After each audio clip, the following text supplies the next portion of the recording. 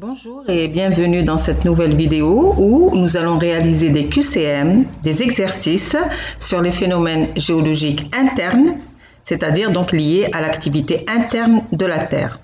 Nous allons nous intéresser particulièrement à la tectonique des plaques. Allez, c'est parti.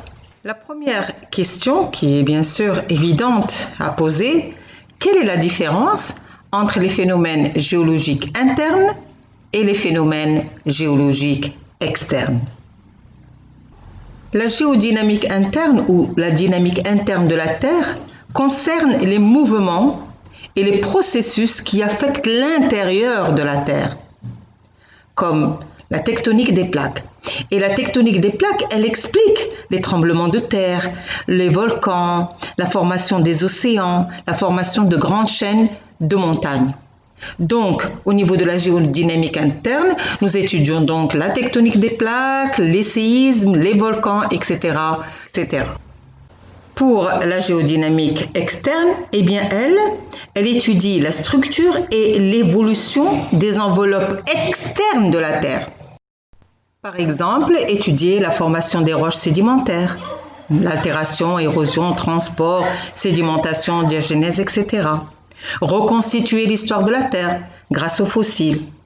Donc, il y a une différence fondamentale entre la géodynamique externe et la géodynamique interne sur l'objet d'étude.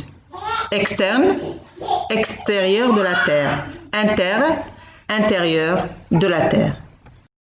Nous allons maintenant commencer les QCM. Il faut choisir une ou plusieurs réponses parmi les réponses proposées. L'apogée 1 est le nom donné par Wegener au supercontinent à l'origine des masses continentales actuelles.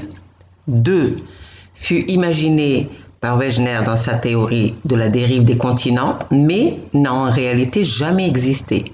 3 correspond à un unique continent qui recouvrait la totalité du globe à l'ère primaire. Et 4 s'est progressivement fracturé suite à la mise en place de nouveaux océans.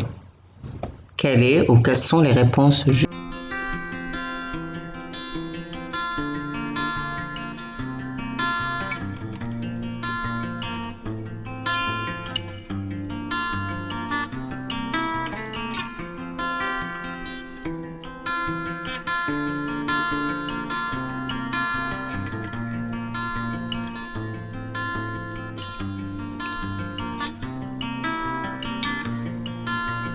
Alors, il y a deux réponses justes. La 1, c'est le nom donné par Wegener au supercontinent à l'origine des masses continentales actuelles. La 2, c'est faux bien sûr, ça existe. La 3, ça ne correspond pas à un unique continent qui recouvrait la totalité du globe. Non, il recouvrait une partie. Et 4, c'est juste, c'est progressivement fracturé suite à la mise en place de nouveaux océans.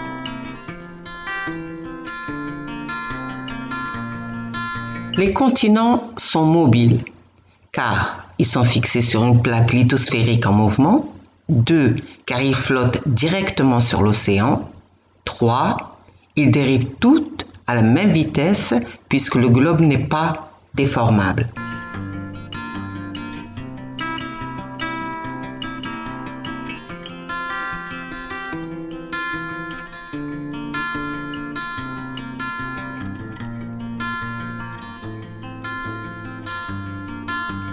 Et la réponse est la première, car ils sont fixés sur une plaque lithosphérique en mouvement. Les continents ne flottent pas directement sur l'océan et ne dérivent pas tous à la même vitesse. D'accord? Ils sont fixés sur une plaque lithosphérique en mouvement. Donc la 1 est la seule qui est juste.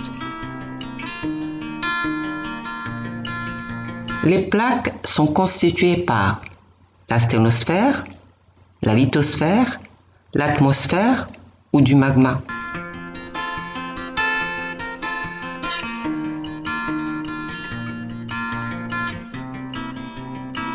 Et bien sûr, quand on dit plaque, on dit lithosphère. La lithosphère est découpée en plaques. Donc les plaques sont constituées par la lithosphère, la 2 qui est juste.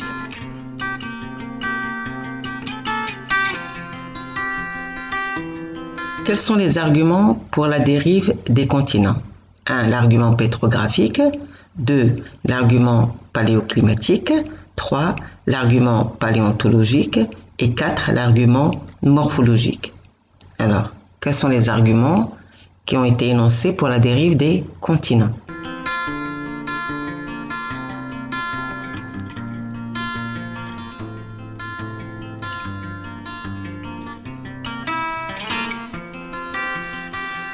Eh bien, en effet, les 4 arguments. Vous vous rappelez, tous ils sont justes. Wegener avait proposé la dérive des continents en se basant sur la première, l'argument morphologique, la complémentarité de la forme des côtes africaines et sud-américaines, européennes et nord-américaines. Elle permet de penser que les continents actuellement éloignés ont pu être jointifs, côte à côte. L'argument pétrographique, on a une similitude des ensembles géologiques des roches, situées de part et d'autre de l'océan Atlantique. Et l'argument paléoclimatique, on a des traces de climats anciens, très différents des climats actuels. Par exemple, on a l'Europe et l'Amérique du Nord, ils témoignent d'un climat tropical à la même époque. Et l'argument paléontologique, la présence, on a des mêmes fossiles sur 2 continents différents à la même époque, elle permet de penser que les continents actuellement éloignés ont pu être jointifs. Donc vous voyez, tous ces arguments ont permis d'énoncer la théorie de la dérive des continents.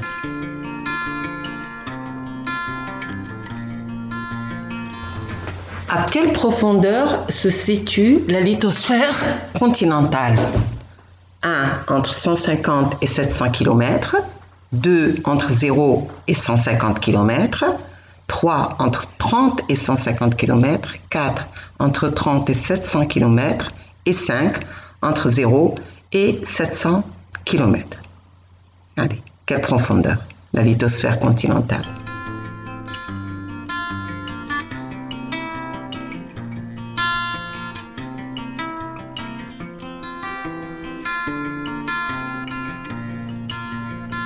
Eh bien, elle se situe entre 0 et 150 km pour la lithosphère continentale. La lithosphère océanique, c'est moins, entre 0 et 100 à peu près, 0,70, 0,100. Mais la lithosphère continentale, elle est plus épaisse que la lithosphère océanique.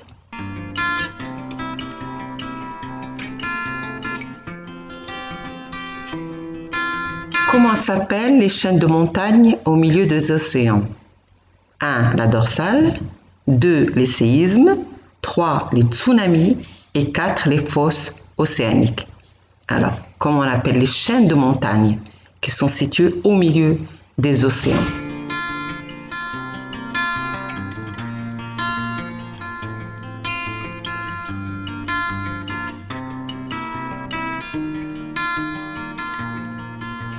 Eh bien, ces chaînes de montagnes s'appellent la dorsale.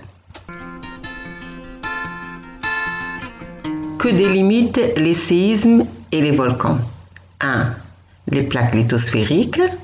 2. Les plaques asténosphériques. 3. Les océans.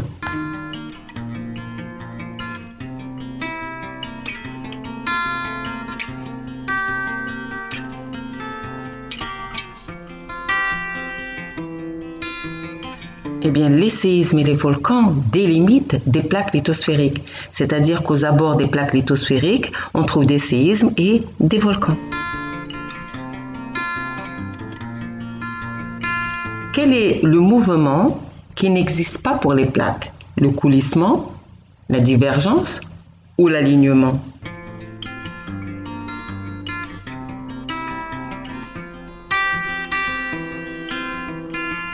Alors avant de vous donner la réponse, voyons un peu le coulissement. Le coulissement, le mouvement de coulissement de part et d'autre de la faille est représenté par les flèches en blanc que vous voyez. Donc c'est un mouvement de coulissement, une plaque coulisse par rapport à une autre. Donc c'est un mouvement, disons qu'il est horizontal. Pour la divergence, les plaques vont s'écarter l'une de l'autre. Voilà, on a un mouvement de divergence, ils vont diverger, les plaques vont diverger. Alors quel est le mouvement qui ne correspond pas au mouvement des plaques? Eh bien, en effet, l'alignement. L'alignement n'existe pas. Qu'est-ce que c'est que ce mouvement? Donc, l'alignement n'existe pas pour les plaques. Quel est le mouvement associé au dorsal océanique? 1. La convergence. 2. La divergence. 3. Le coulissement. La réponse est évidente puisqu'on avait dit que les dorsales océaniques sont des chaînes de montagnes sous-marines de 1000 à 2000 km de largeur qui se sont formées le long des zones de divergence des plaques tectoniques. Et donc la réponse juste, c'est la divergence.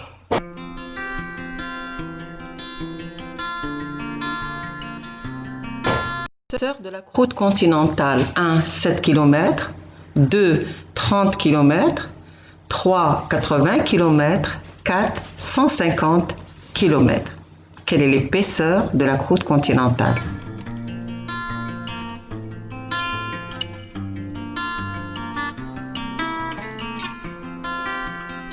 Alors on parle de la croûte et non pas de la lithosphère. Donc la croûte, oui, 30 km en effet.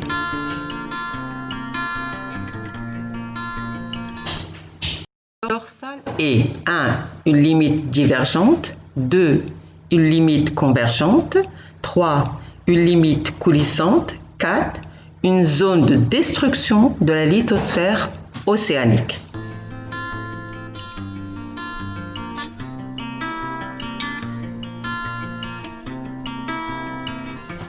Et oui, la réponse juste, ça complète les réponses précédentes.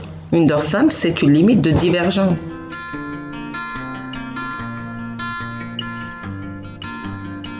Concernant les sédiments océaniques, 1. L'âge des sédiments au contact des basaltes de la croûte océanique diminue avec la distance à la dorsale. 2. L'âge des sédiments au contact des basaltes de la croûte océanique augmente avec la distance à la dorsale.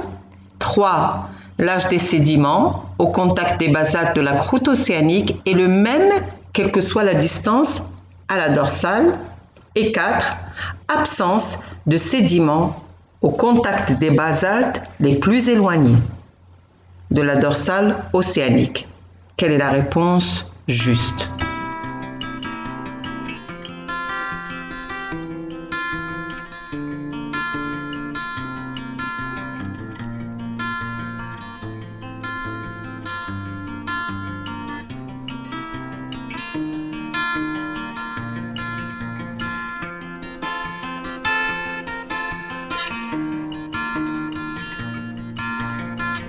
Et la réponse juste, c'est la 2.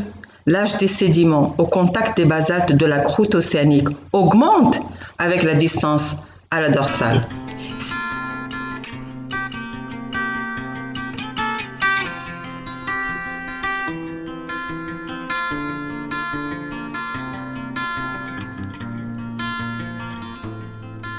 Comment évolue l'âge des basaltes océaniques par rapport à la distance de la dorsale?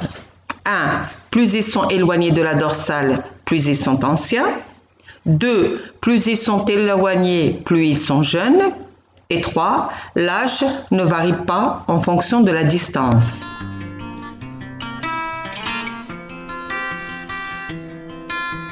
Eh bien, la réponse juste, elle est en rapport avec la réponse précédente. Les sédiments, ils sont sur les basaltes. Et les basaltes, plus ils sont éloignés de la dorsale, plus ils sont anciens.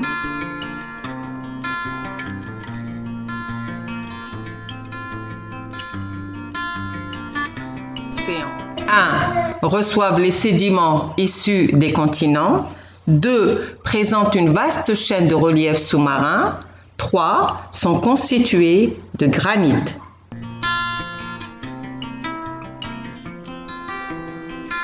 Et nous avons 2 réponses justes. 1. Reçoivent les sédiments issus des continents, parce qu'il y a eu érosion, altération, érosion, transport. Et ensuite, on a des sédiments qui viennent des continents pour aller vers le fond des océans. 2.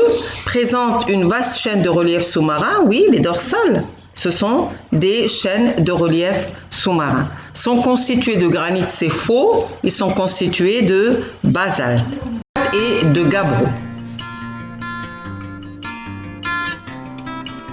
Une frontière de divergence des plaques lithosphériques est 1. Une frontière où les plaques ont tendance à s'éloigner.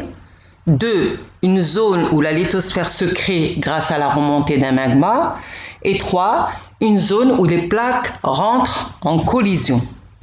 Quelle est ou quelles sont les réponses justes? Et les réponses justes, c'est la 1 et la 2. Parce qu'une frontière de divergence des plaques, c'est une frontière où les plaques ont tendance à s'éloigner, ils divergent. Et la 2, c'est en effet une zone où la lithosphère va se créer grâce à la remontée d'un magma.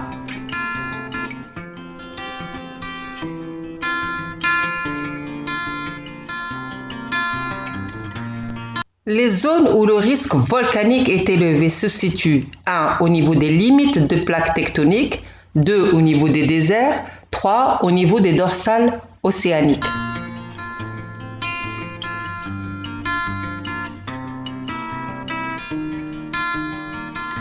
La réponse c'est la 1. Au niveau des limites de plaques tectoniques. On passe maintenant à des exercices, d'abord des définitions, puis ensuite des exercices. Alors, définir les termes suivants. Plaque lithosphérique, fosse océanique, subduction, lithosphère et rift. Nous allons commencer par la définition de la lithosphère.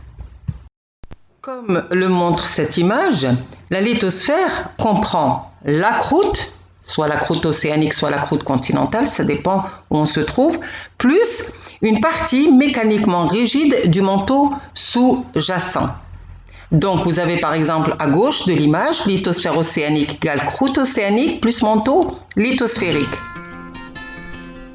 Et pour la lithosphère continentale, vous avez la croûte continentale plus le manteau lithosphérique, une partie du manteau supérieur. En ce qui concerne maintenant la profondeur, vous avez la croûte océanique, 10 km de profondeur. Le manteau lithosphérique, 100 km du côté de la lithosphère océanique. Par contre, du côté de la lithosphère continentale, on peut arriver à 150 km de profondeur. La lithosphère, elle est divisée en de nombreuses plaques flottantes sur la sténosphère.